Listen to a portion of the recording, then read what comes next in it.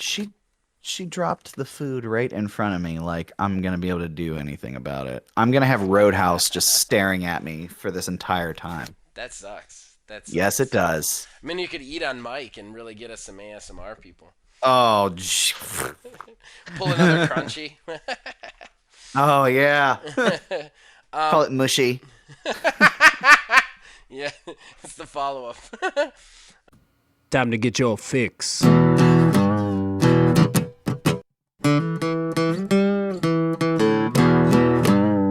It's a horrible gaming podcast.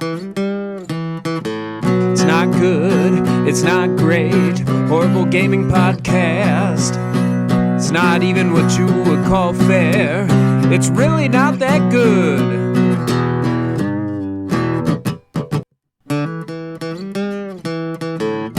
Horrible Gaming Podcast. Hello, my name is Zachariah with Old Man Gaming. Welcome everybody to a horrible gaming podcast. Back to your semi-regularly scheduled programming. Because I am not alone, nor am I doing an interview show. With me is Neil, aka Tiny Wizard.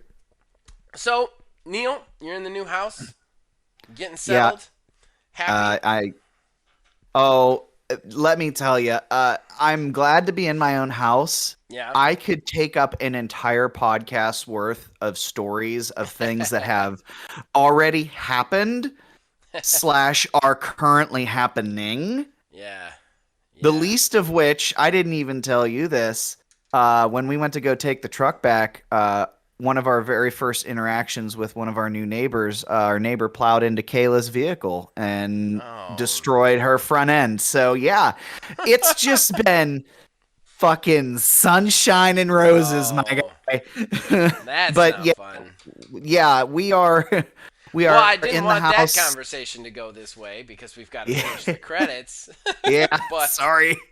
But yeah, we're good. took a And turn. thank you again very much for helping.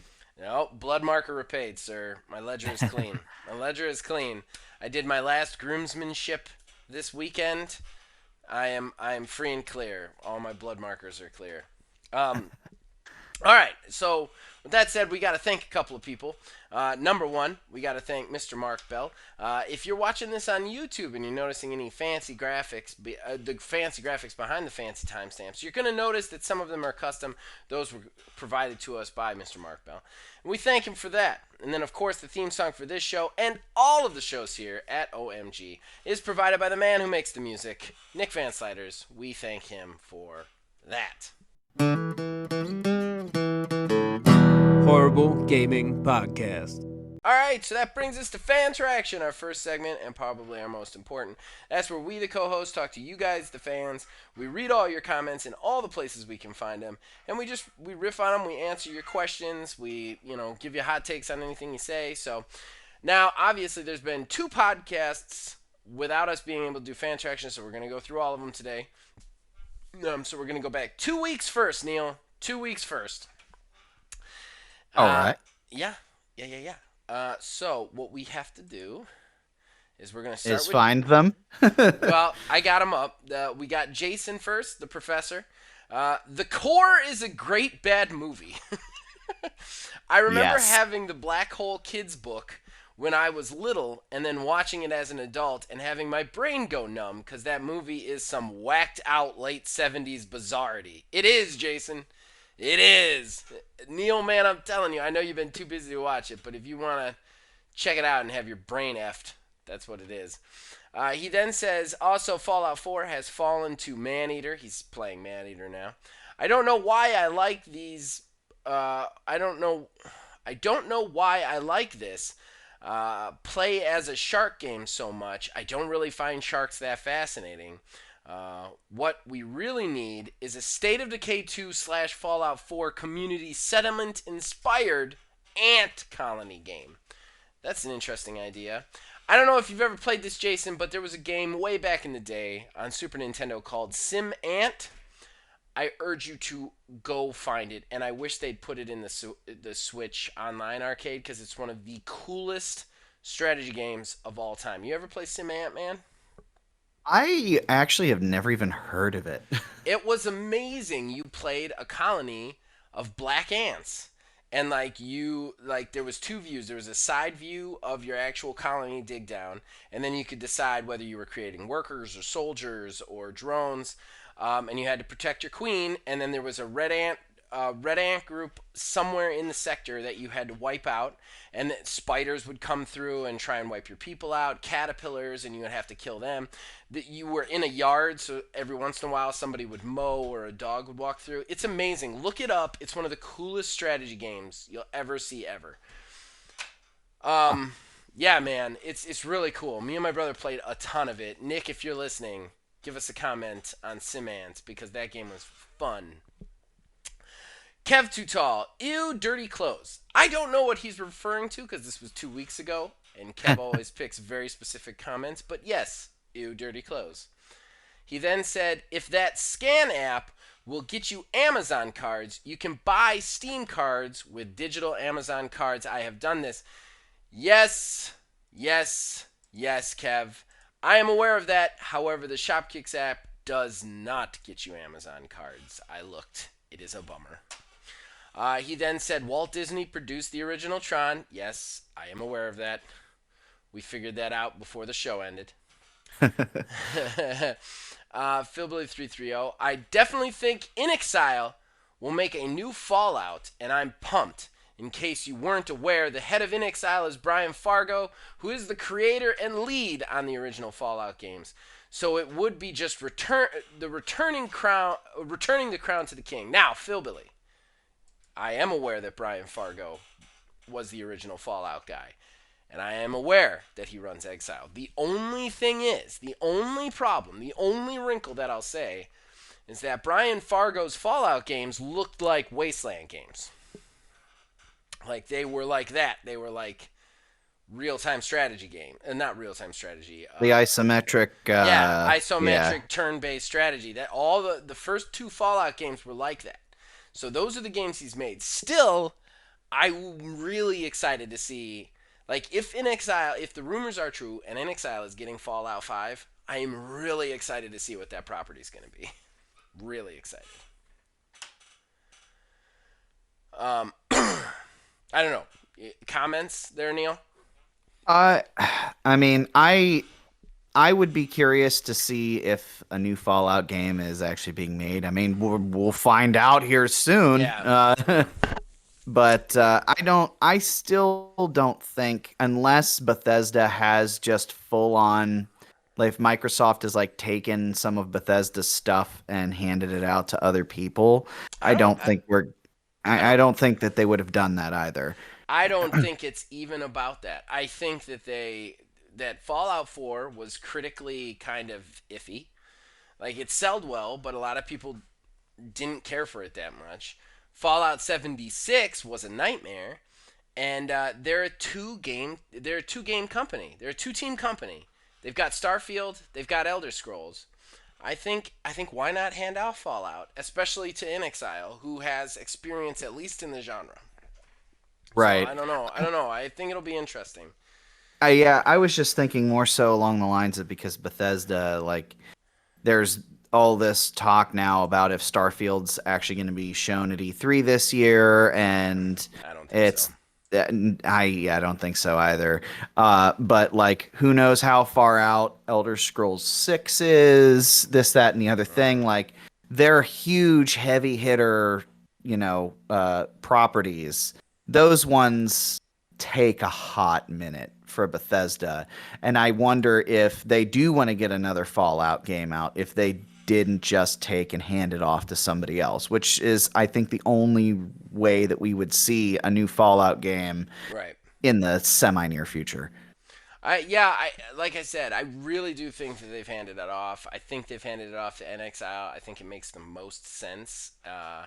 I'm interested to see what they do. I don't think we'll see Fallout at E3 no matter what though, because they're still like hiring for that. So I don't think we're gonna see anything for it. We're definitely not gonna see. I don't think we're gonna see anything from the Bethesda. I think we're gonna see a lot from Obsidian.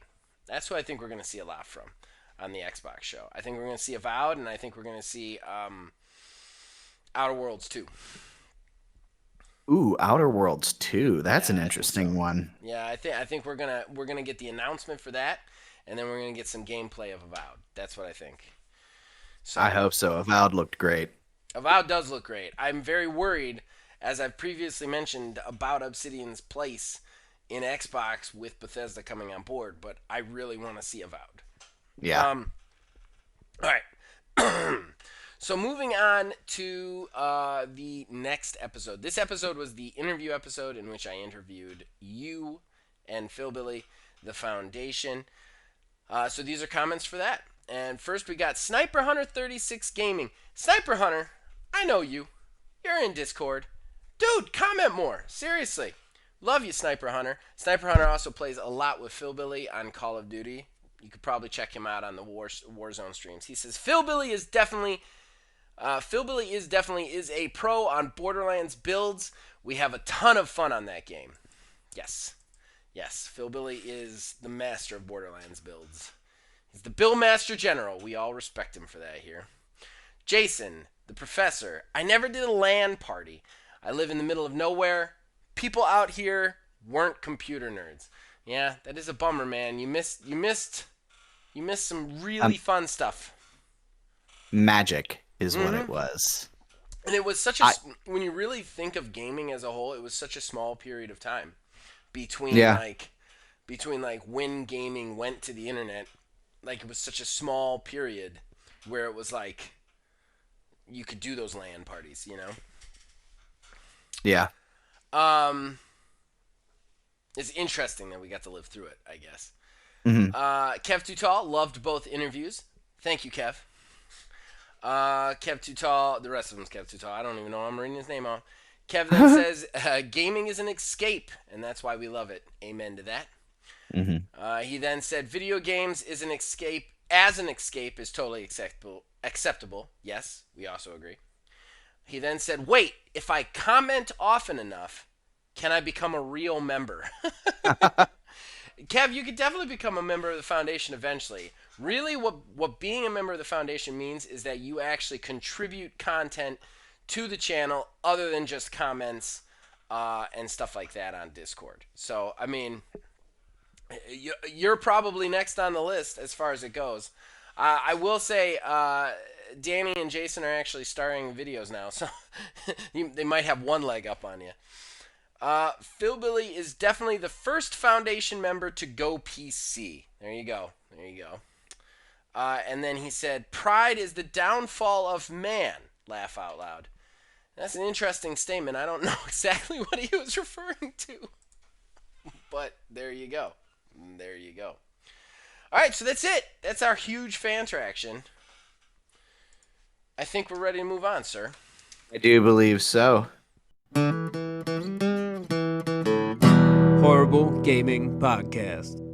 All right, so that brings us to our first talking point, and it's all about anger, as per se usual. So recently, Sony has revealed a bunch of stuff. We're going to be talking a lot about Sony today, a lot about the PlayStation today. One of the big ones is that not only will Horizon Zero Dawn be available on PS4 as well as PS5, but God of War, the second one, has been delayed to 2022.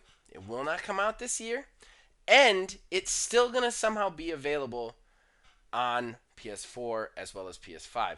Now, this is completely and totally counter what they said when they were releasing. All the marketing leading up to Sony was, we're not making them back. We're not doing that. We're putting all of our eggs in the future basket. We're trying to we're basically saying we want you to get the full use out of the new console generation. Whereas Xbox was counter that, which they said everything's going to be playable everywhere. So, with that said, I do scan the Twitterverse. There's a lot of people angry about this, Neil. A lot of people are upset about this. Plus, they're upset about the delay. And there's a lot to unpack here. So, why don't we start unpacking, sir? All right. Oh, a term that I'm very familiar with this week. Ba-da-da. s- Ba-da-da-da-da-da. so, all right, there's a lot to this. First and foremost, uh, God of War getting a delay. God of War didn't have a release window. We've seen nothing but a teaser trailer that had Right. nothing but a logo. Right. And they're already saying, "Oh, well, it's been delayed to 2022." I don't think anyone expected it in 2021. Um, Before you continue, since you started on the delay, I did want to say there has been some anger about this whole delay thing. I'm 100% in agreement with you. This is the kind of delay nobody should be mad at. There was no solid date. There was no verbal contract of when they were going to deliver this product to you. I don't know that there was nothing. I thought there was like a 2021 somewhere announcement, like coming 2021. But still, like this is not the kind of delay you should get mad at. It just isn't. Yeah, well, see, here's the thing that I have with this is the fact that they are using, the a delay. Like they say, oh, well, it's been delayed. Already right out of the gate, saying something's been delayed is going to piss people off. Hmm. It's just dumb to refer to it as a delay when it never really had any sort of release date to begin with. But moving on from that, speaking of delays, they said alluded to Guerrilla Games kind of said ish kind of we still don't even know what it is that they said that Horizon is on track to maybe possibly come out this year but maybe next. uh and we have no clarification at all whatsoever on it. They basically are like, it's going good right now but it could get bad later, so we'll Right. see, I guess. And the fact that, especially myself being a PS5 owner, I've been waiting for like the game that's like, this is why I bought a PS5. And I'm still going to be waiting. We had the Ratchet and Clank Rift Apart. The only reason that is a huge thing because it uses that speed of the SSD to be able to do what it does in the game, Hmm. to like jump between the levels and stuff like that. But I almost feel like at this point that if they had a way to speed up those loading times, they would throw that on PS4 also. I mean, I think they're kind of caught between a rock and a hard place because nobody can get their hands on these Right. consoles. Right. So they would just be, essentially making something for the quote unquote 1%. Not really, but you know what I mean. Right. Those who can actually get their hands on the consoles. Either way, they're going to piss people off, but I think they're doing more damage because they're backpedaling on, Right. On what they the said. fact that, oh, you need a PS5. I mean, it's always been a thing between console generations that first year or two that they've made a game that's like, okay, so it's for this generation and the previous generation, but Hmm. there's like a very solid line between those two. Like, the visuals are going to be better. It's Right. going to Right. run at like 60 FPS, but in the past, like entire chunks of features had been cut out of games Right. uh, to make that work, and I don't see that happening here. I think it's purely just putting the game out for everybody who can get it, which is good, but it's backpedaling on what they'd said. Yeah, so you kind of beat me to my hot take. I didn't think you were going to go the same direction I did. But I truly believe, like, yes, they're backpedaling on what they said, and that's kind of bullshit. But at the same time, this isn't backpedaling. Like, they didn't just, it's not like Cyberpunk where they lied to us until they released it. And you know what I mean? Like, they just lied, and there was Yeah. no reason for it. With this, uh, I feel like they pushed it like, and and in a way it's on them because again, I just want to point this out. I don't think the system should have come out. I don't think this should have come out last year. I think this should come out this year, maybe even the year after that. We didn't need new system. The systems we have are powerful enough to run all of the games still coming out. I don't think we needed them. And there was already inklings of a problem with the chip shortage going into their release. So in a lot of ways you could say, they kind of could have seen this coming. But at the same time, they're in a position where it's like you said, there is only so many PlayStation 5s, Nobody can get their hands of them. Nobody can make more because there's no chips to make more. So what do? You have to like, how are we going to get our games out and make our money? And I do want to say, of all the things, this is one of the biggest flaws in Sony's methodology. So like, and anybody who thinks I'm an Xbox fanboy can go back to the previous couple episodes where I've just been bashing Xbox nonstop. However, their overall methodology so far has made them so much more versatile in situations like this. They are making so much more money on the Games Pass on all these different spots. Plus, you can play your games on a phone. You can play your games here. You know what I mean? Like, it's not the best quality version, but you can play them anywhere. Sony is very restrictive about their exclusives. They do that so that they can sell hardware, and they do that so that they can sell the games themselves, which I don't agree with. Everybody knows that, but that's their methodology. The problem is, though, is now they're in this situation where they need that versatility, and it's not there. They just don't have it. So what they have to do is they have to backpedal a little bit, and they have to put those games on previous consoles so that they can make the money off of it.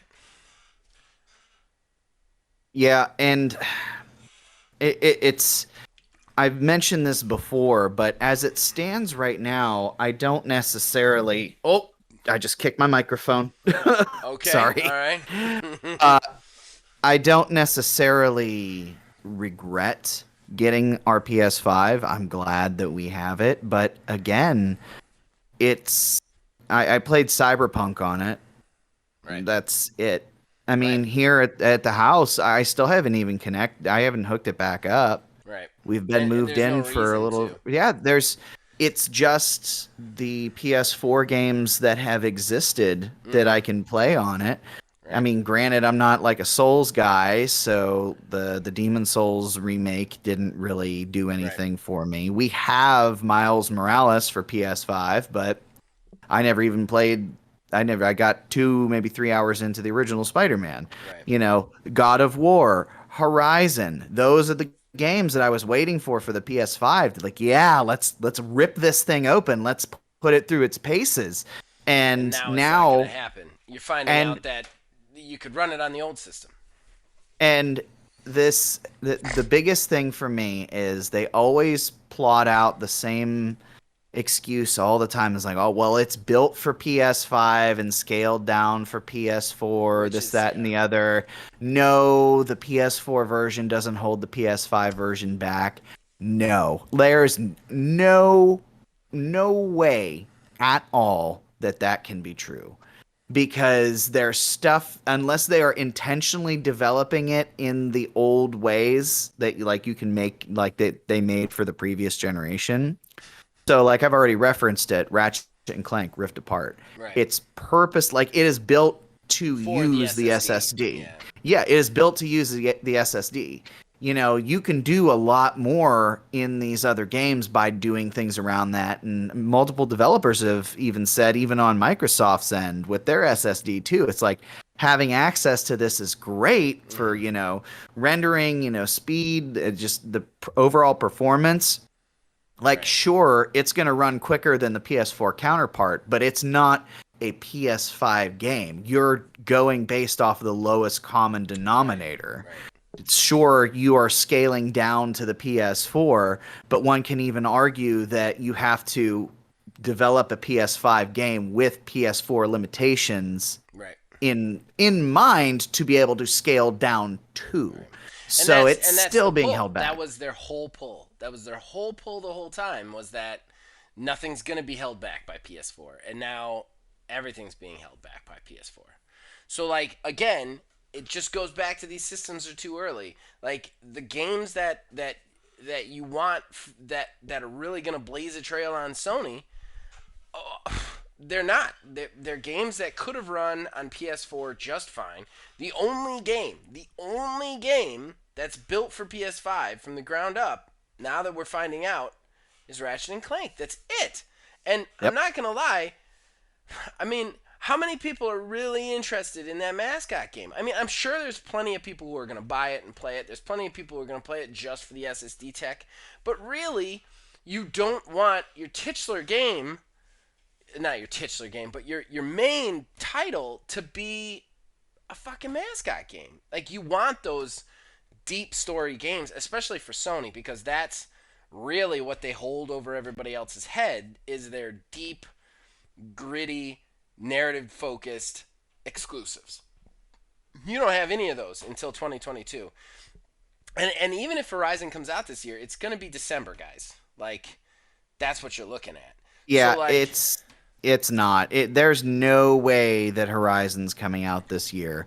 If they were to have it come out this year, they would not have had this Horizon State of Play. right. They would have showed it for a part of their E3 showcase, and they would have had some sort of release window attached to it. Right. There's not even a release window attached to it yet. I'm sure in the past, and even most recently too, they've referenced the fact that, oh, it's going to be like we're shooting for 2021, but they weren't confident enough to put that at the end of that gameplay. Right. So no, it's not. It is not coming out this year. I would put money on that. You know, I'm not.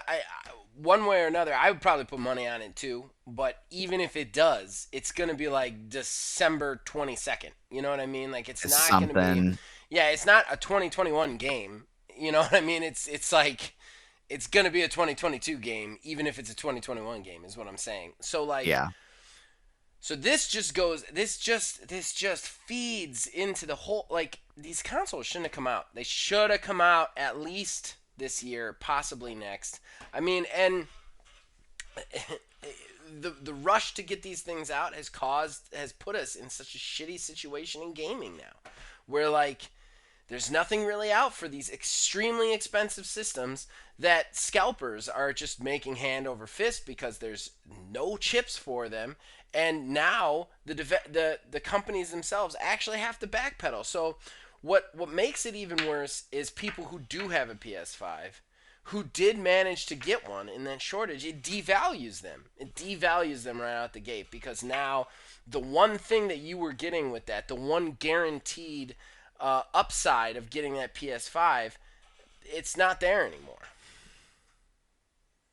Yeah, and I'm hoping that at E3 here we're going to finally see something that's going to like they're going to plant their flag in and say PS5 exclusive.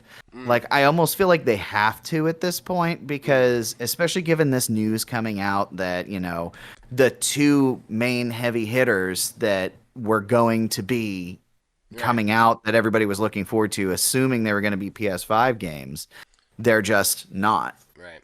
Well, and honestly, from a media standpoint, I agree with you. I think they have to say, put their flag in something and say this is PS5 because that's what their whole premise for that system was built on.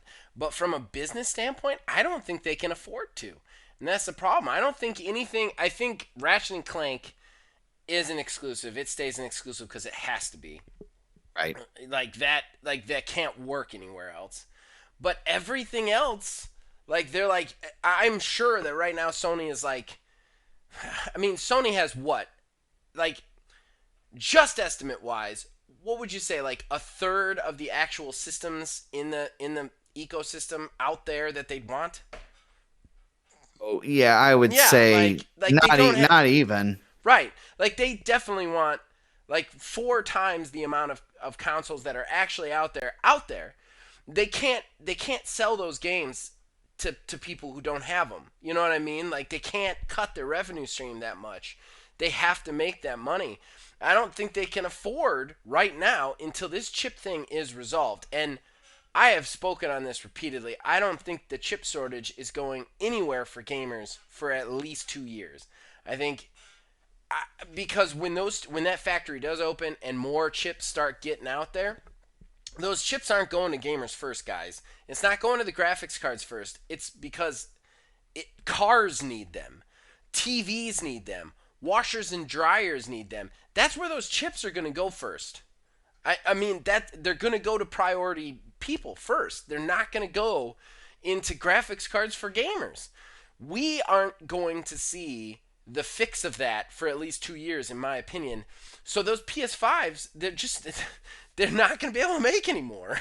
Like I mean, so they have to put them on PS4. They're not going to be able to get their revenue back. They're gonna dump too much money. Which is a very good point too, Yeah. given the fact that, you can go ahead and develop these games strictly for PS5, but Sony is definitely one of the companies that uses software to sell hardware, Hmm. but they have no hardware to sell, so they have to go back Yep. to, the PS4 and everything like that, Right. which I mean, again, they rode into town on that horse, Yep. and and here they are now stuck because they have to backpedal on what it is that they had said with Because the that horse PS5. died fast. That horse died quick. And that's it's a real bummer because there's a lot of times where I look at companies and I'm like, you lied to people so that you could sell stuff. Like, and we try and call it out here, and I 100% don't think they lied to people. I don't think that they thought that the chip shortage was going to be as bad as it was. I don't think they properly prepared for it, or at least they didn't listen to someone along the way. But either way, I don't think they meant this to happen. I think this is a damage control thing. I think this Yeah. is how do we make our money back? And I don't think Xbox is having the same problem because Xbox doesn't have exclusives. Their hardware sales don't hinge on exclusives. Their company doesn't hinge on hardware sales. Their company hinges on Games Pass. Games Pass is as strong as ever, period. And I think that Sony needs to rethink their strategies a little bit after this. I just do. I I think that they definitely need to be more open to Yeah. something like Game Pass, or at least not being so firm in what it is that they say leading up to major launches and releases. But Right. I don't think that they have necessarily learned that lesson yet. That's true. Um, You might be right. I mean, given the fact that they're still, walled garden with crossplay and this, that, Hmm. and the other thing, I think that there's still Sony's got some time before it really reverses course on that. Or honestly, I think it needs to be a change in the guard. Yeah. Truthfully, at this point, I Yeah. don't think anything else is gonna change until that happens. You're probably right about that, man. You're really probably right about that. Um.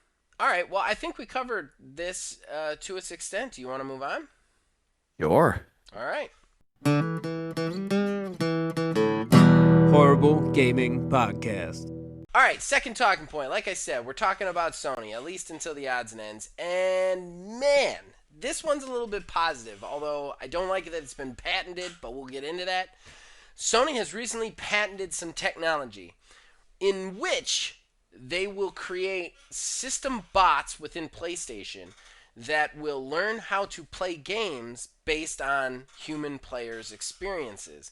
The idea behind this being that if you're an introvert or an antisocial son of a bitch, you can play co op games or even multiplayer versus games with bot versions of other players as your teammates or whatever. So that would be how you work. So if you can't find a party of people to play a certain game, you just bot it up and bot up three people, and they'll go in and play with you.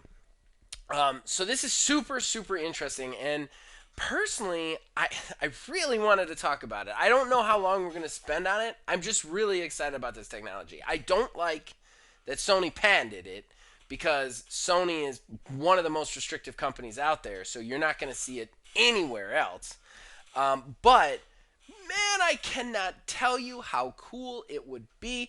I have so many games where like I try and play them as games of service, and it just doesn't hit with the community or my group of friends, and I'm just alone, and I can only get so far in the game. But this would remedy that. Sea of Thieves. That's the number one. Like I do play with Danny and Jason on the stream, but for the most part, when I'm playing at night, I'm playing alone or I'm playing with Filthy, which is nice. But it would be so cool to be able to fill that crew out with other bots that just play like humans. Um, Obviously, they probably wouldn't be as good as humans, but God, this is just cool. What do you think about this, Neil? I think it's a good idea. I miss the inclusion of bots in games. Right. Um, with zombies on Call of Duty, anytime Kayla and I play, we always have the other two bots on, especially Mm. because they are way better than we are. And it's the only way that we can get up to like wave like 20, 22, something like that. Um, but like, yeah, I do like that idea, especially given the fact that like myself. I will play Halo online and that's about it. And there are some online games or like games with online modes rather that I've wanted to try slash play slash anything like that, but you know, I Right. don't want to like get in with other people. Like Right. actual multiplayer Call of Duty, um, I've never, I've owned two or three different Call of Duty games, and I only ever played the zombies on it. I will not go online because that community is not necessarily always the most friendly slash most fun to play with. Right. Right. Right. Right. Barring the wonderful individuals on the channel here, of Yes. course. Yes. Philbilly's But group excluded from this. yes, yeah, but I can only deal with, a 6-year-old telling me that they slept with my mom, So whatever. many times. Yeah. Yeah, so many times it's just so frustrating. So like I think it's a good idea. I think it's great. I can see like a deep learning AI tech that could make this work. Hmm. I also this is like super future thinking, but like I think it would be great if you could actually like have your own AI bot, like so you could like train it to your own individual play style. Hmm. So like mine, whenever just to go back to like whenever I play Halo online, if I'm doing big team battle or something like that, I never stay with people. I always Right. run lone wolf, just go straight headlong into the fray. There's some people though who like to hang back in the group and stuff like that. And I think it would be great if you could train your own sort of AI and then if you're not available to play, your friend can be like, "Hey, I want to play with you even though you're not available right now to get somewhat close to that same experience." Yeah, and honestly, that's what I was thinking would be the primary use in a lot of ways. Like, I would definitely want to use it for like filling out teams in games of because there's plenty of games out there that you can't even enjoy unless you're playing with another person. Like, I mean, Sea of Thieves really is a great example. Like, yes, you could play that alone, and I do find some enjoyment in alone, but you don't get to see like 2/3 of that game if you're just playing alone. Whereas this would allow you to fill out a group, fill out a ship, fill out things, and allow you to play those games. But I think the better use, the more apt use would be, oh man, how do I play with my friends when I can't play with them? You know what I mean? And I brought up Jason and Danny a couple times in the show, but Danny is in England. She is 4 hours in the wrong direction, basically. So we only get to play at that 11 a.m. This would be really cool to be able to fill out my ship with the person that I usually play Sea of Thieves with, and vice versa when we're playing at off peak times. And I think that would create cool stories too between friends, like with you too. Like if I tried to play Streets of Rage with you, you know what I mean? But it wasn't you. I could be like, "Hey man, it's so crazy what your bot did." You know what I mean? And we could even compare like would that be something that you had done? You know what I mean? Like it would make the coolest war stories, which is one of the coolest things from gaming that you get. Yeah. But then you also get like the weird, like uncanny valley sort of end of things. So Yeah. let's just say you have a friend that you played with for years and they died or something along those lines, and like, I'm gonna play with your ghosts. Oh god, I didn't even think about that. Yeah. That's like Yeah, that. that That's like that odds and ends. I think we talked about it in odds and ends somewhere where like somebody's developing the technology to use yeah. like social media to create a presence for dead people so you can continue to talk to them. Oh man, fuck that shit. Fuck And that shit. And then that could also just open up a whole nother can of worms of, data privacy issues. Mm-hmm. Because Mm-hmm. we already have no way to really control our data once Yeah. it's out there, out in the open. So then what? You train a robot, and then some other startup company comes along and harvests all your data, and then Right. tries to market things to you based off of what you would do in a game because Yep. of your personality type. I That mean, that's also scary. and they're gonna do that. Like you're 100% right. Like that's anytime there's new tech, you give up privacy to use that tech. Like that's the cost Right. of any new tech that you want to use, and that is a bummer. Like if we want to bring up negatives, my biggest negative too is that fucking Sony patented this. Where are we ever gonna see this? And one of the things that bothers me the most is Sony patented it, and Sony isn't even really known for its multiplayer experiences. Like it's much more a single player driven, narrative driven system. Like that's its exclusive base, and sure, it's got plenty of multiplayer games on it, but the PlayStation Network is not as good as like Xbox Live or even Steam. So like it's very frustrating that this technology is in their hands and only their hands. It's the same as the Nemesis system being patented by WB Games, so we're never gonna get that anywhere else. Right. Yeah, I mean, I don't know. I think it's a cool idea. I think it's an interesting Yeah, idea. When you first told me about this, I was like all on board for it. But now that I've literally just talked it out a little bit, I don't want Skynet. So I'm dialing it back a little bit on my excitement for it. But I think it would be really cool. it depends on what Skynet's about in the real world. Is Skynet gonna wipe us out, or is it just gonna like stabilize our government? Like I'm all Well, for that.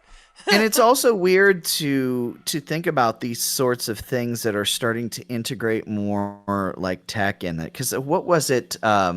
It was with Destiny 2. I think it was with Amazon Alexa. You can basically have your ghost from Destiny 2 like talk to you Oh through God. Alexa. Yeah. Yeah. And it's like, oh, okay, this isn't like fucking terrifying as shit, talking to your Amazon and it's just like, yeah, sure, I'm playing this game and this game is reacting, but like then what sort of like information is being harvested? What's it actually Right. learning about Right. you? Is like don't get me wrong, I love tech, and like you said, you always have to give up something Right. to use these sorts of things, but at the same time, like there's got to be a point of no return with some of this stuff. Right. Yeah.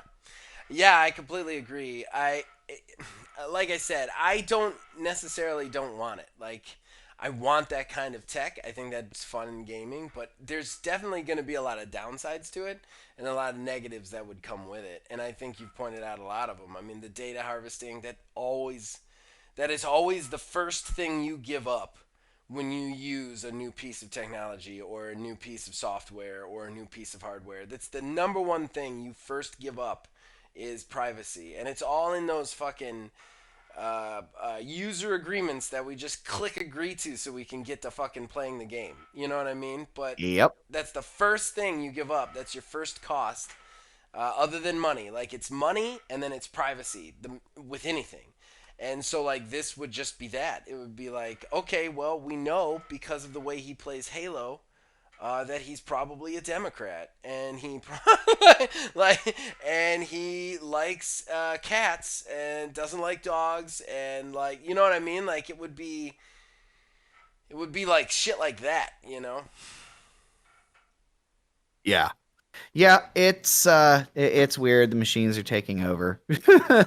Still, I really want to be able to fill out my team with people that I Yeah, don't have to worry about being assholes.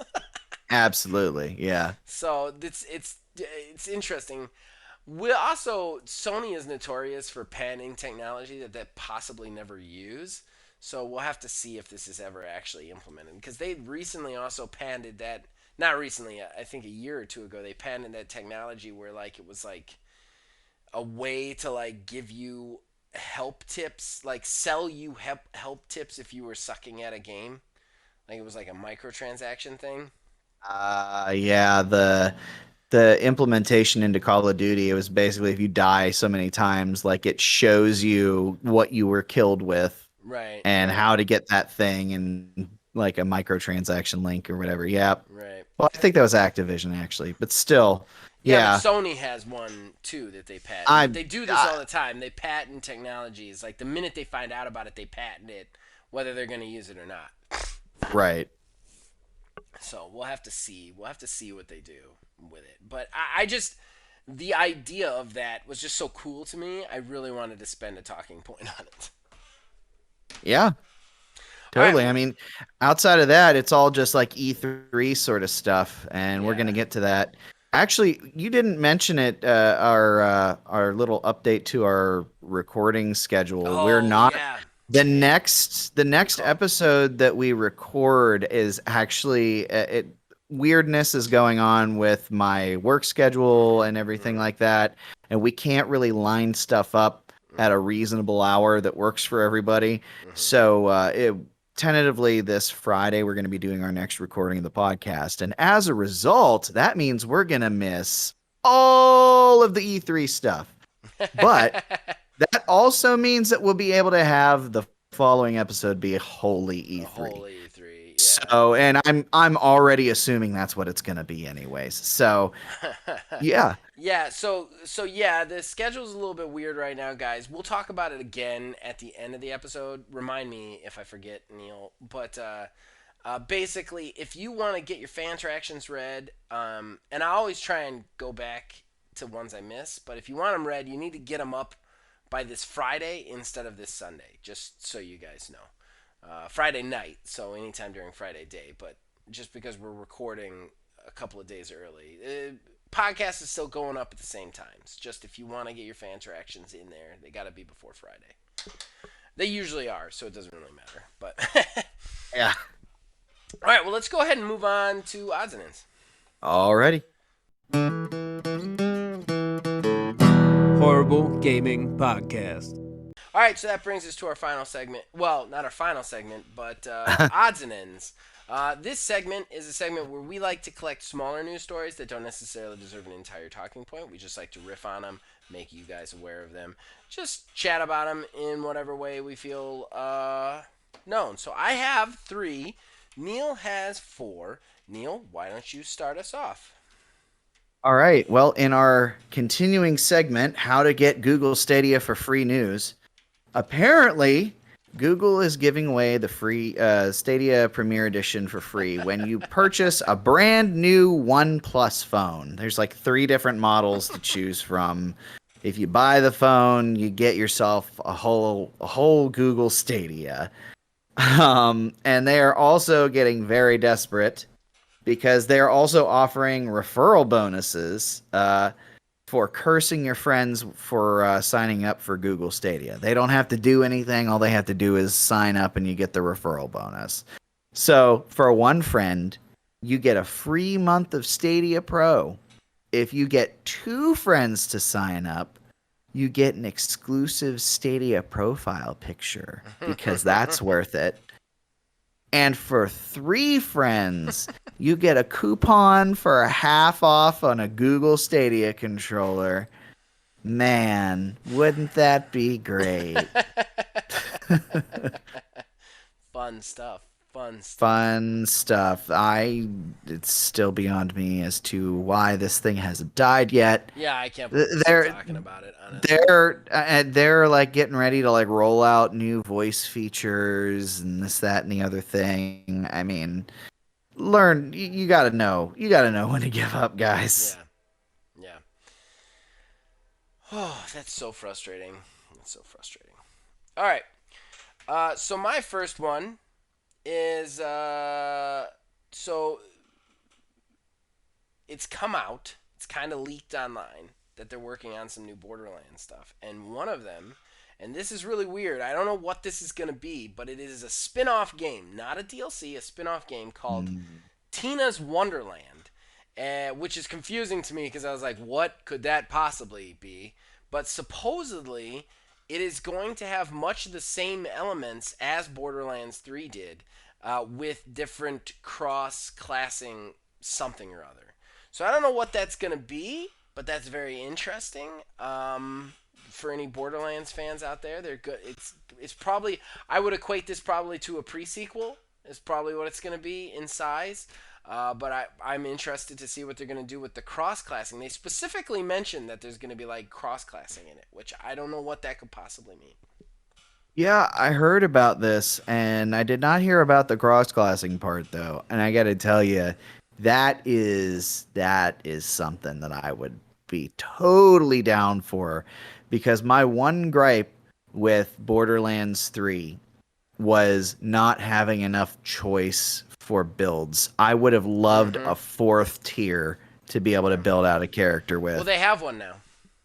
They have all the characters have four. All the characters have four. It is a paid DLC, but yeah, it's called the Borderlands 3 Director's Cut. They just released it. Oh, okay. All characters have four DLCs, four classes, not classes, but class trees, and then it's also crossplay. And there was something else they added to it, and I can't remember. But yeah, and I honestly thought about it, but I looked at the other class things, and they just didn't look interesting to me in any way, shape, or form. So it wasn't enough to Uh, bring me back. But they do have four. They do have four. I will be interested with the cross classing is confusing to me because in a lot of ways it already cross classes by giving you three trees. So does this mean you'll be able to like pick different trees from different classes for your character? Are we talking like I full would character customization here? Like, I would love that. That would be yeah. great. So would Philbilly. I think Philbilly would have an eternal heart on if that was Yeah. if that was what it was. Like if he could just like make a character in Borderlands where he could pick any skill trees to put together, he'd just spend hours there. But yeah, so that's mine. Your next one. All right, this next one's pretty short and sweet. A nugget shaped like a crew member from Among Us sold for nearly $100,000 on eBay. A McDonald's chicken nugget looked like a crew member. Threw it up on eBay. Starting bid was 99 cents. It was like $99,997. Come on. Come on. Nobody's actually paying that, are they? For a I chicken don't nugget? know. I'm sure they just bailed and didn't pay and just took a strike, Yeah, but they've got still. to. They've got to. That's ridiculous. That's ridiculous. All All right. right, next one for me. So Borderlands 3, with their new updates, as I was just mentioning, the crossplay, something kind of weird happened. Randy Pitchford tweeted this out. Good news or bad news first? Good news. An update for Borderlands 3 has been prepared for release that includes full crossplay support across all platforms. Bad news. For certification, we have been required by the publisher, that would be 2K Games, to remove crossplay support for PlayStation consoles only. What the fuck does 2K have against PlayStation? Uh yeah, I remember hearing something about this. I think it's not necessarily 2K's.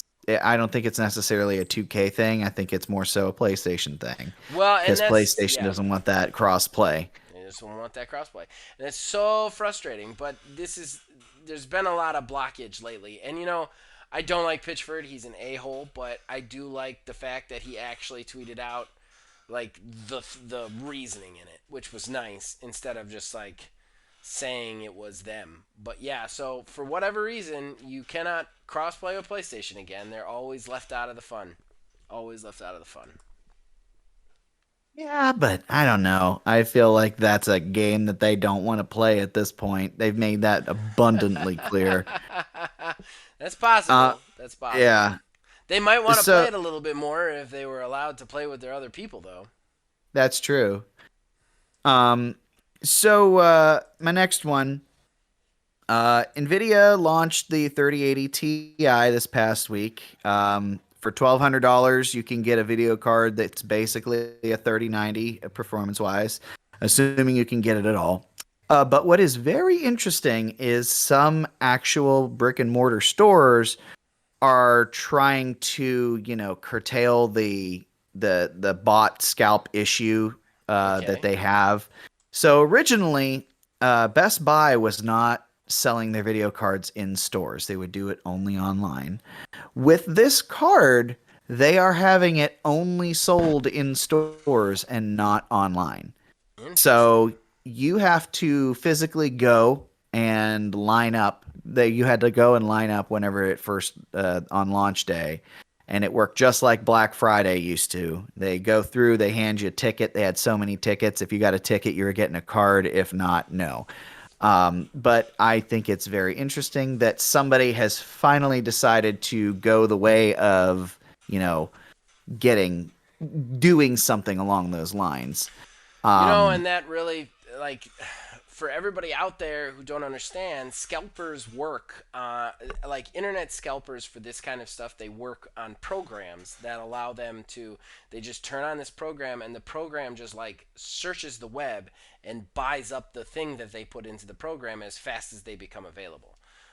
So that's how they get so many of them is they use these kind of like tech, the software, which is one of the reasons that like digital kind of kills everything. So maybe brick and mortar is the counter for that. Yeah, especially in this instance. And I know, like, because scalping is such a huge issue right now, shortages on everything.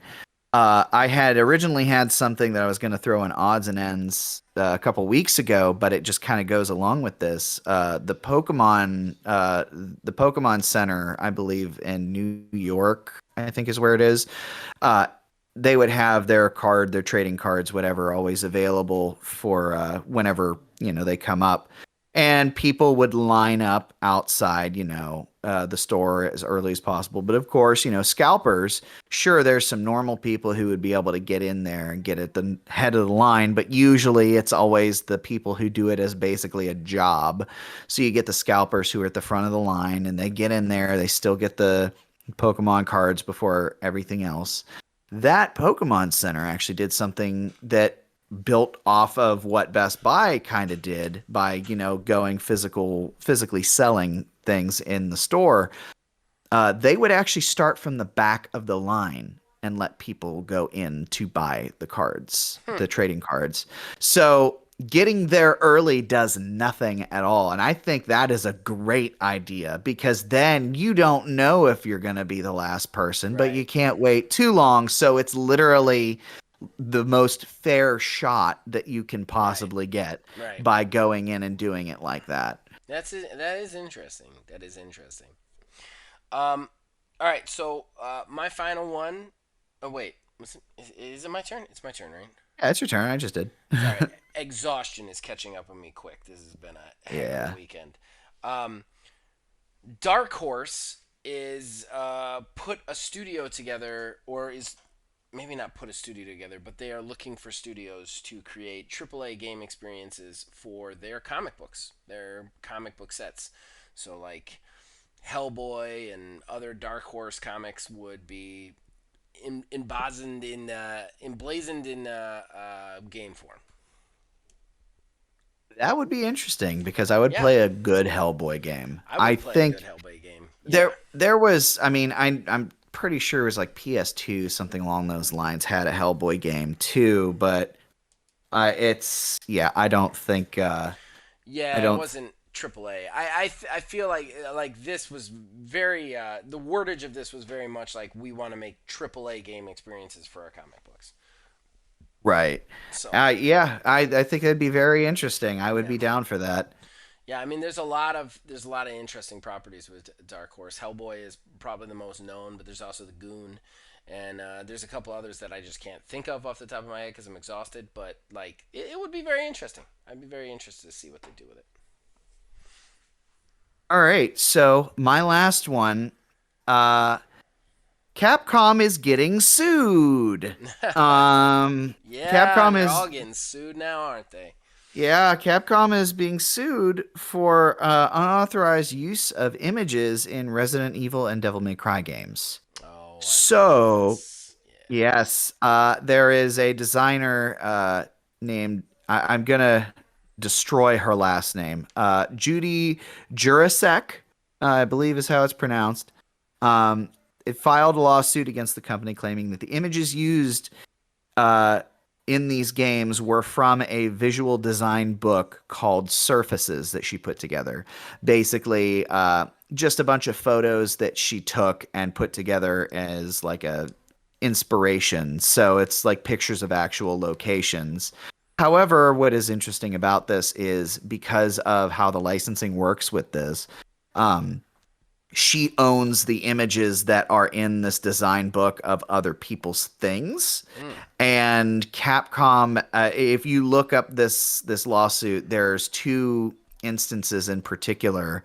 One of a door frame in a Resident Evil game, and the actual like shattered glass from the Resident Evil 4 logo that's in the 4 are absolutely 100% pulled straight from this book. Like they are straight up like it is them. It's not like, oh, it just kind of looks kind of like it. No, it's dead serious like Mm. that. So, no licensing fees were paid, anything along those lines. Capcom has said that they are aware of the lawsuit, and that is it. So, no denial. So, I'm pretty sure they, are gonna settle.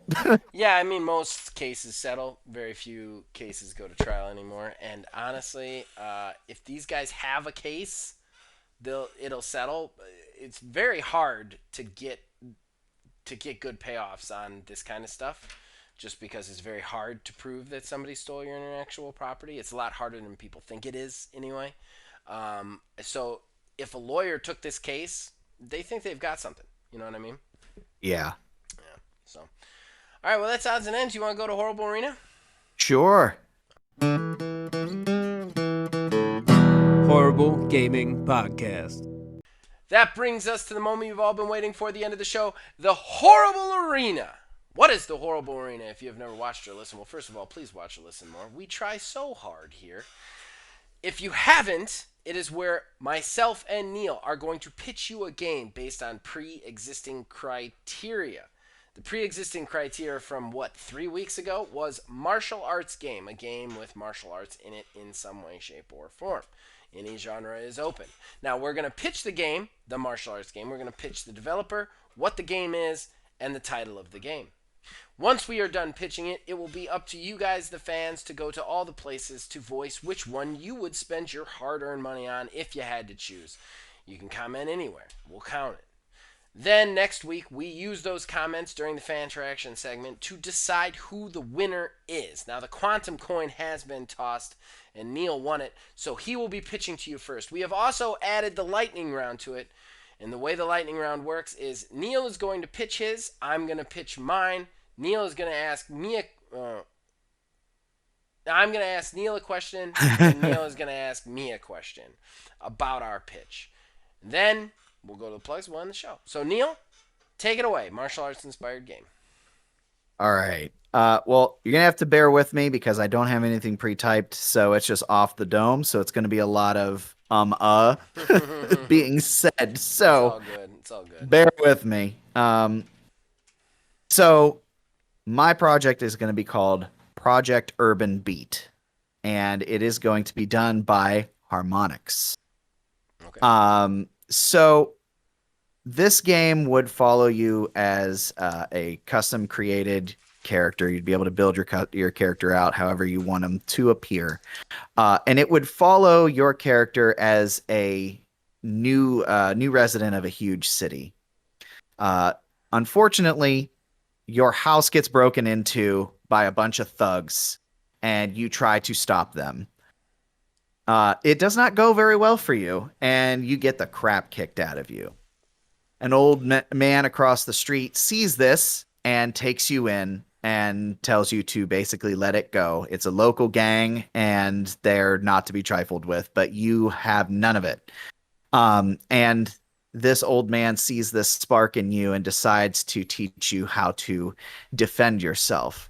However, in this big city, it's more than just beating the crap out of people. You have to feel the environment. You have to feel the cars down the streets. You hear the buzz of the neon signs.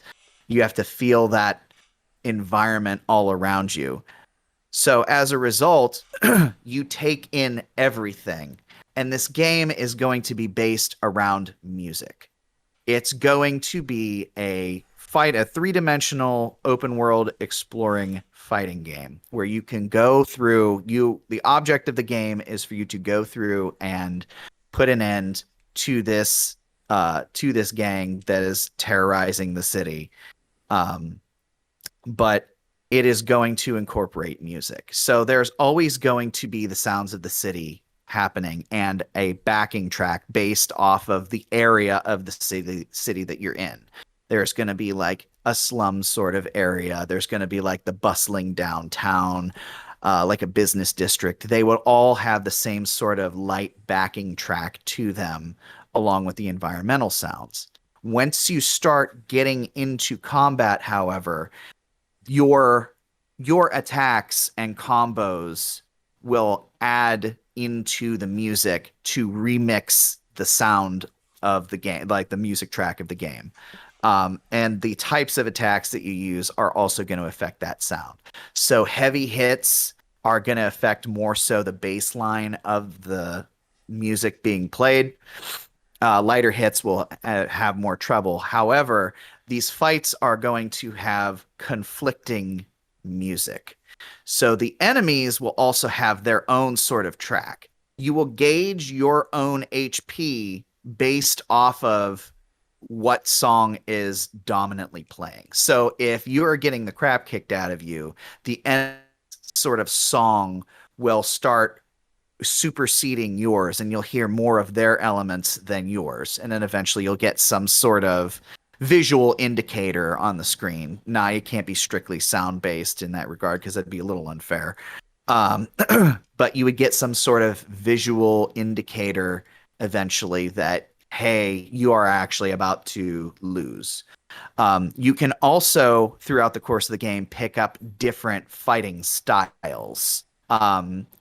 Fighting styles that are more based in like actual like boxing or like Muay Thai, things along those lines. And you can change your fighting style. And when you do, it changes the inflection of the music. So it is one part fighting adventure game, one part almost sound remixing music game. So I hope I articulated that well enough without having it typed out in front of me. But yeah, that's my game.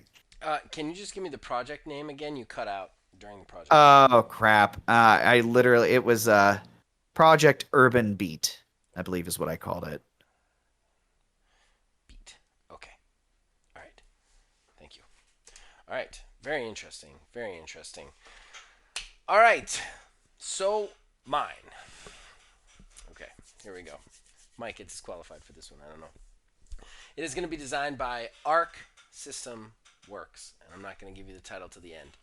So my game is based on the predication that the digital internet, the digital world, is not just a feed to us, but it's also a connection to another dimension, a dimension that kind of wants to also conquer us, which is why we get sucked into the internet and we get stuck on it for so long and we go down YouTube holes. It's because there's constantly this weird pull to the internet for us because the internet itself, we've kind of accidentally unlocked this opposing dimension that kind of wants to get to us. So what happens is we actually have a way to stop that, an unknown way, and that way is that we imprint ourselves into the digital world, into the internet, unconsciously, just by using it, just by activating it, and then those avatars that kind of float around in that digital space, they have to figure out which one of them is the strongest and which one of them is the best in order to fight off the evil beings that come through the dimension to try and get us, to try and claim our world, to try and open the door through the internet and actually invade our space. The people selected to do that are the OMG people. That's right. This is OMG Fighters. You will see Kev Too Tall. He is the big one. He throws people around, does a lot of power moves, kind of like Zangief meets Juggernaut. Then you've got Philbilly, who's going to be a lot more close combat fighting with strikes as well as sustained holds. And this is a 2D fighter, which is what Arc System Works has done the best with, which is Dragon Ball Z Fighters. It's going to be like that, fully drawn, fully rendered, old school 2D fighter with these kind of graphics.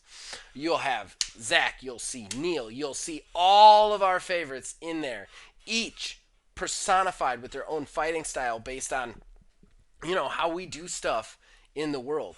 And then each game further on down the road will add more of our community members to it. And they're all fighting to prove they're the strongest and the one most likely to take on the dimensional being. Because if the person who takes on the dimensional being isn't the chosen one, then we're all in trouble. Now, OMG Fighters, OMG Fighters, shit, I lost my train of thought. I was on top of it. I was really happy with it. And then there was one other thing I wanted to add. I forgot it. So, yeah, so that's my pitch. It's OMG Fighters. It's all of the OMG crew in a deep backstory-driven story. Oh, that's the other thing. The stages themselves will be backdrops from our favorite games. Favorite games ever. So, Neil, when we're fighting in Neil's stage, we're gonna be fighting in a completely Undertale rendered backdrop story. It will be completely interactive with us.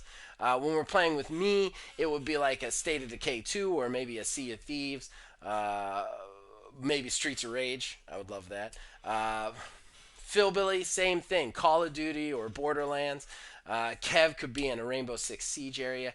Whatever we've got, there's going to be it'll be our favorite game as the backstory, because these avatars are literally jumping through digital space, fighting each other to figure out who the strongest is to take them on.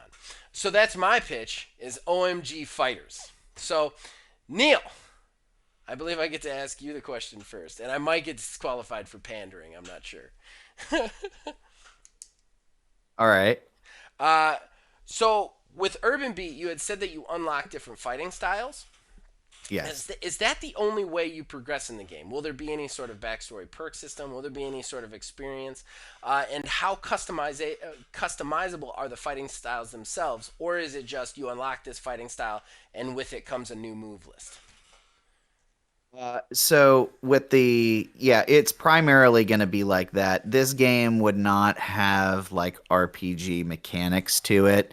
It's more of like progressing through a linear sort of story. Like, sure, it'll have like side quests and whatnot, but it's primarily like there is a story, there is an end goal.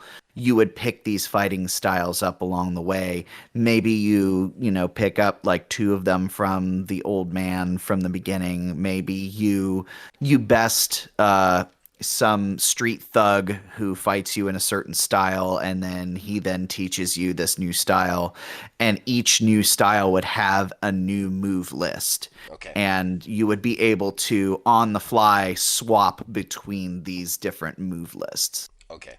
All right. So no real ARPG elements, just more the No, swapping. yeah, no, it's more I It's more liken like it a to some brawler. yeah, I liken it to something like I've not played it, but from what I've seen of it, like Yakuza. Okay. Yakuza has Um, actual unlocked perks inside, but it does. Well, I I don't know. mean, Yeah, some of them do, some of them don't. They're all over the place with the genre of those games. But the one I yeah, played was I very, saw. very, very unlockable stuff. So, okay, so your question for me. Okay, so my first, I actually am gonna have two questions. My You only first get one. question. You only get I one. know only one of them matters. This Okay. one's kind of important, but this isn't the one that matters. Okay. Called OMG Fighters. Uh-huh. Does it have a Z at the end? Uh, of course it has a Z at the end. I mean, and you can equate it because my name is Zachariah. Oh, there you go. Boom, baby. There you go. Boom. Dropping the All right. fucking mic on that one. So the actual question that I have though, Okay. the actual question that I have is it more so billed as like a Streets of Rage where it is you progress as the characters through a stage, or is it more so like a Marvel vs. Capcom, where you build out a roster of three different people, and you go up against a team of another three people, It's gonna be and it's just it's gonna be one-on-one Street Fighter style, okay. one-on-one round-based fights is what it's gonna be. There Okay. will be a deep character customization in the game as well, because I want people who maybe aren't in it yet can also develop their own community member based on themselves. So I want it kind of like swappable heads and swappable colors and stuff like that. So there will be some like character creation aspects to it. But for the most part, yeah, it's a 2D fighter straight up. I do want some loadout builds to it, maybe some equipment stuff, different modes that would allow for that.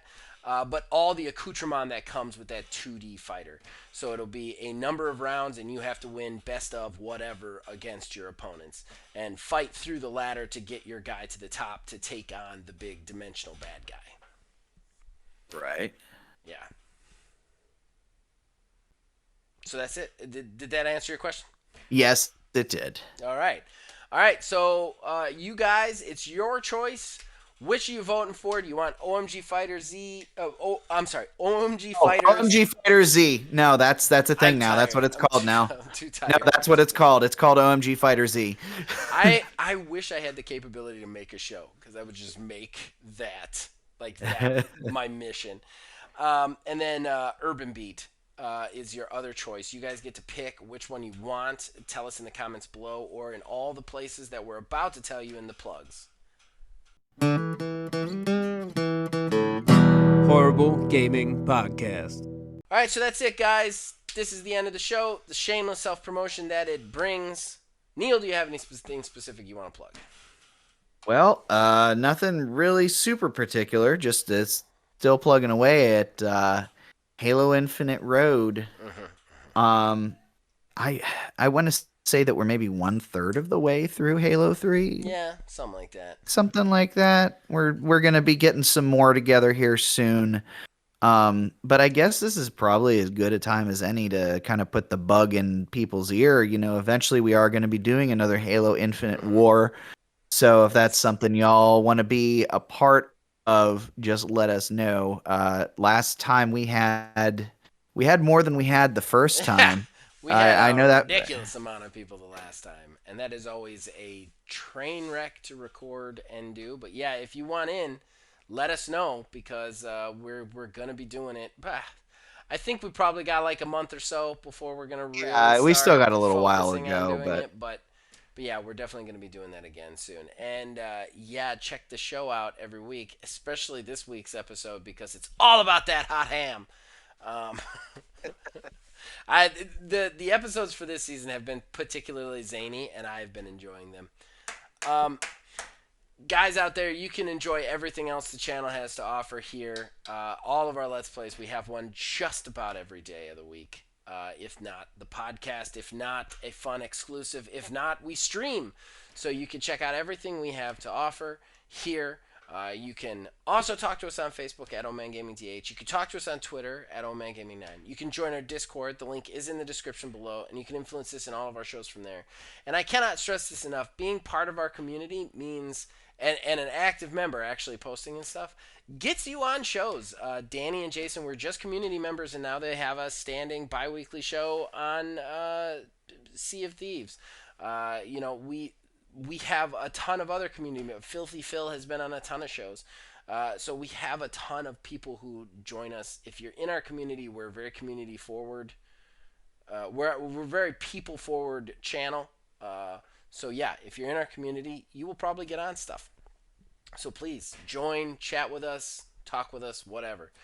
And then the only other thing I wanted to tease is I started writing the bonus round promos. Bonus round will be a large double-sized episode that we're going to do in between season 3 and season 2 of OMG Wrestling. It will probably be mid-July when this comes out. But I am working on getting the promos together now. So yeah, I'm very excited about it, and I started writing it, so I'm back on that horse, and we will probably be looking at fall for the actual season 3 release. So That's going to be coming within probably the next 4 or 5 weeks. And then the season 3 will be coming probably around September, late August, just so that everybody knows. And if you are speaking, just keep that in mind. I'm going to be calling you soon. And if you're not speaking and you want a part, please DM me. I have so many characters that I just have to voice myself, and it's insane. So please, if you want to voice a character or you want to do some voice work for it, I can't pay you, but it's a good time. All right, guys, as long as you keep watching this and listening, we will keep making them. We'll see you guys next week. Oh, and one final reminder, show will be recorded Friday. So if you want to get your fan attractions read, make sure you get them in before Friday night. All right, everybody. Have a good one. See you next week. So what happened with Best Buy? Oh, my God. So, okay. So these guys, first of all, I hate going to Best Buy because they're on commission. And you almost can't even blame them. But they're just immediately trying to upsell you, and they're fighting with you. And they never have what's on the website, which really pisses me off. So, like, we were looking, because the TV bricks, we don't have another TV. We only have this 32-inch. So we decide, okay, she's going to go to work. When she gets off, we'll go out, we'll get a TV. So we start looking them up. We find one on Target, this TCL, that's a certain price. And we're like, okay. But we find 2 other ones that are cheaper at Best Buy, and that's the cheapest place. And they're in store. Okay, we'll go get them. We'll go to Best Buy. So we go to Best Buy. We walk in the door. We go to the TVs. We are immediately... This kid comes over and just starts trying to upsell. He's like, what are you looking for? You want the big one, the high... No. We're just looking for a 55-inch. We've got a specific one we're looking for. And he's like, well, we can get you in a bigger one with a card, and we can put you on a card and a payment plan. No. We're not doing... So it's like, we sit there, because they're on commission. We sit there for fucking 10 minutes with this kid. Finally, my wife's like, listen, we are replacing an 8-year-old high-definition TV that we do not game on. We have a specific idea in mind. We are not spending more than $450. Can you show us where this TV is? He visibly rolled his eyes at us. You fucking kidding me, dude? Then he takes us into this fucking aisle and shows us the only 2 TVs for under $400. And neither one of them are the ones that were available on the website. We're like, hey, we saw these on the website. They say they're in this store. And he's like, the inventory's never right. Are you fucking kidding me? Like, okay, fine. So my wife's like, which one of these should we buy? Get this, man. Get this.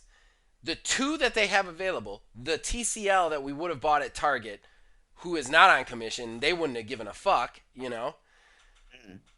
For the same price as we could have gotten at Target, and an Insignia. He goes, don't buy the Insignia, buy the TCL.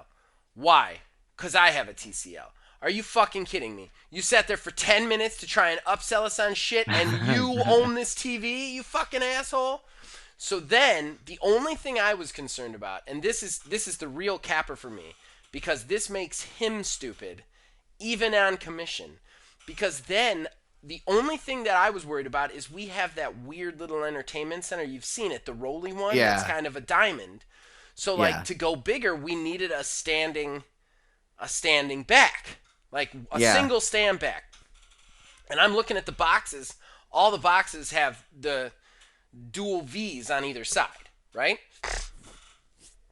And I'm like, those are going to be too wide. They're not going to fit our entertainment center. Do all of these have these V's? Or do they have standing backs? He goes, oh, only the more expensive TVs have single standing backs. I'm like, all right, fucker. Just grab that TV. We're getting out of here. So then we go home, right? Yeah. And of course it doesn't fit. And I'm trying to figure out how to make it work. My wife goes online and finds out, guess what they sell, Neil? And we were so pissed at the store, I didn't even think about this. But they sell separate single stand backs. 4 55-inch TVs. They sell them. They're just separate. And you're not going to tell me that Best Buy doesn't have one of those in stock. So this dumb motherfucking kid is sitting there trying to tell me I'm an asshole when he could be making another $50 on his commission if he just goes, yeah, we have them. They're just sold separately over here. Yeah. Yeah, that's Fuck yeah. Best Buy. That, I'm never going back to that place ever again. Just nah. I'm done with commission. I'm done with that shit. I'll get it from Target by a dude who's worked 9 hours and could give two shits whether I buy the TV or not. that's kind of an issue that we have like with the fridge and everything too. Mm, So mm. like we just got our refund for the fridge. Oh god. Yeah, so the whole saga, they wouldn't bring it in because it's too big, whatever, this, that, and the other. So I got pissed, and I'm like, you know what, this is bullshit. So I actually tried to get a hold of somebody at corporate. Had to go through Facebook of all places Oh my because, god. yeah, yeah, they don't. To my knowledge, they don't have an official anything, this, that, and the other. And the best part is that's how they directed me through Kayla because Kayla tweeted at them on Twitter, and they were like, "Yeah, we can't do anything talking to you. Your husband has to go on Facebook and talk to us." On And I was just like, Facebook. On "Yeah, fucking Facebook. fucking Oh my Facebook." god. So I type out, the entire saga about, them being shits about the fridge and everything. So they were like, "We're really sorry that, this happened to you, and congratulations on buying your new home and this, that, and the other thing, do normal corporate speak." You're just And like, shut the fuck up and yeah, give me my money. so they were like, well, there are some appliances that need a certain amount of clearance, this, that, and the other thing. And they sent me a link on how to measure appliances. I'm like, all right, that was a bit uncalled for, but I had said, it's like, I understand, but the point that I'm making is the fact that this is probably where I screwed myself over. I said, the point that I'm making is the fact that we had paid for the install. They didn't want to install, but they didn't ask if they just wanted to drop it off in the garage or, this, that, and the other thing that they just took off with the fridge anyways. Right. So they were like, "Well, you can go ahead and schedule. You can schedule a thing to be able to get it brought to you. This, that, and the other thing." I'm like, "No, I don't want it because you're not going to be able to, do it for me." And honestly, at that point too, I realized that doorway to get into the kitchen, it wouldn't have fit through that doorway. It would have fit in the spot, but that doorway is where it would have caught. Right. So I was like, shit, we wouldn't be able to get it anyway. So I was like, no, I don't want it. So they were like, oh, well, processing time, this, that, and the other thing. And they went on about how they have to inspect it before they give me a refund. I don't know why it never left the truck.